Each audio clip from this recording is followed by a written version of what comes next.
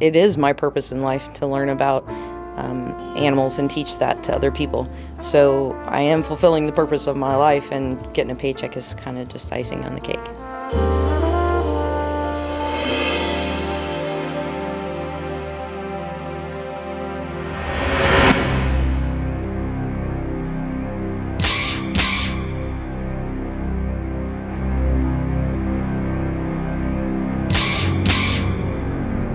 I take care of the reptile department and all of the animals that are not even located in the reptile department, things such as the alligators, outdoor turtle pool.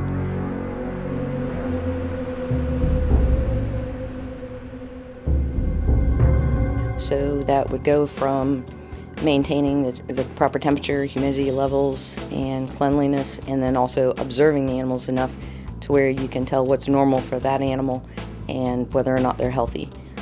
That also includes doing weights and fecals twice a year so that the veterinarian can diagnose any problems that might be existing, because reptiles and amphibians tend to not speak English, and you have to notice if they're not feeling well.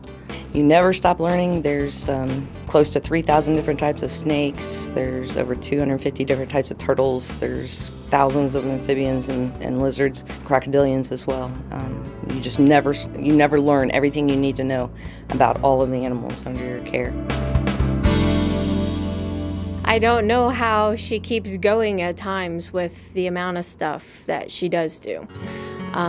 She has 100 or so animals that she is responsible for, she takes care of on a daily basis, plus doing all the other managerial duties in the zoo. I know she's had phone calls from the emergency rooms for her to come over and tell them, you know, if this is a venomous snake or not. People come up to the zoo. We have calls constantly. They bring in spiders, snakes, you name it, they bring it in, and it's all, Barbara, can you come down and identify this? Whether it's, you know, unfortunately sometimes chopped up little pieces, or a whole snake or a whole spider. So plants, she's our go-to person on all plants in the zoo. If we need to know anything, how to trim, if it needs water, doesn't water. She's had people come in that had phobias and fears she worked through with Clemson and that. And she'll work them through it. If they're afraid of snakes, if they're afraid of spiders, things like that, she takes it slow. Just the way she approaches people on these subjects is just amazing to watch her sometimes. She's a wonderful teacher. She's very informative. And if you do have questions and she's not real sure what the answer is, she goes out of her way to find the answer to the question. Yeah, when I was about 8 years old, I was catching snakes down at this local lake, and my mom told me they were cottonmouths, but they weren't, and they were harmless water snakes.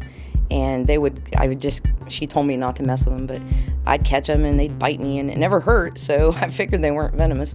And then I started sneaking things home, and, you know, snakes, I'd keep them in little peanut butter buckets underneath my bed, and I'd keep them for a while, and then I'd let them go. And my favorite movie of all time is Willy Wonka and the Chocolate Factory, and that would be the original version.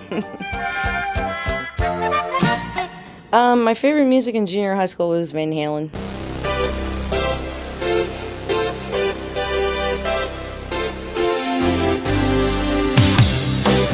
I went and saw them in concert. The first 4 concerts I ever went to saw was Van Halen. My favorite artist, as far as, I love to see live music, so going to concerts, I love to see Kid Rock. It is the best concert I've ever been to, and I've been to a lot of concerts, a lot of rock concerts. If I were an animal, I would probably be an iguana. You know, because iguanas just hang out and eat fruit and leaves, and, you know, they're hanging out in the rainforest and just enjoying life in the sunshine. It doesn't get much better than that. We work with a big collection of animals in our lessons and programs and summer camps.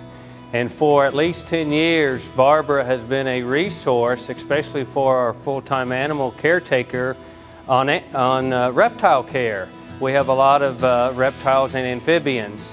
I guess it was just going into the winter months. I'd gone over to talk to her at the zoo about something, and she had was talking to somebody right before I'd gotten there who had found a snake and didn't know what it was and gave it to her and wanted her to identify it, and she said, well, it was so cold, still cold, that the snake probably wouldn't make it because it was a baby, and she was walking around with it in her pocket, and she just, pulls it out and shows you this little baby snake that she was going to go home and take care of it until it was warm enough to release it. So it's not everybody you can see walking around with a snake in their pocket.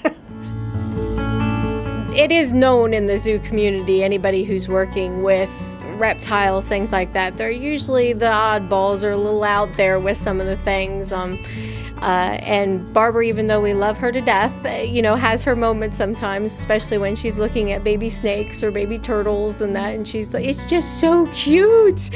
And you're like, yeah, huh? And you kind of keep going.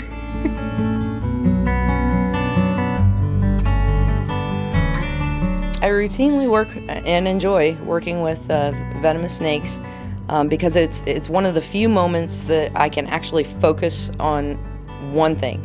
I'm not trying to juggle or do 5 things at one time.